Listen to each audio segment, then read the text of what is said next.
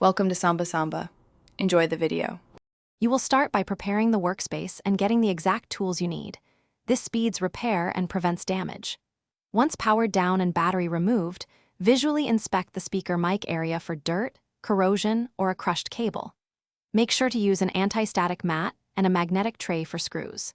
Next, remove exterior covers using the spudger and appropriate drivers, exposing the mic assembly. This first teardown reveals whether you need cleaning, reseating, or replacement of the mic component. You now dive into diagnostics.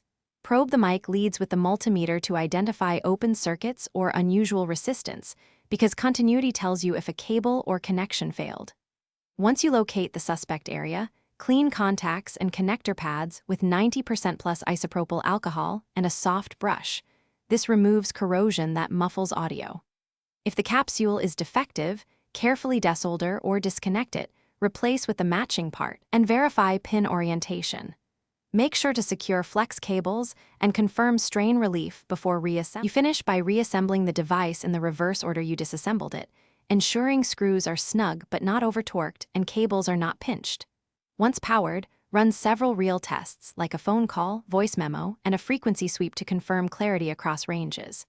If audio is still poor, reopen and verify solder joints, connector seating, and shielding. Sometimes replacing the mic with a known good unit isolates the fault. If problems persist, check software input selection and run a final diagnostic. Thanks for watching. Consider subscribing if we helped you.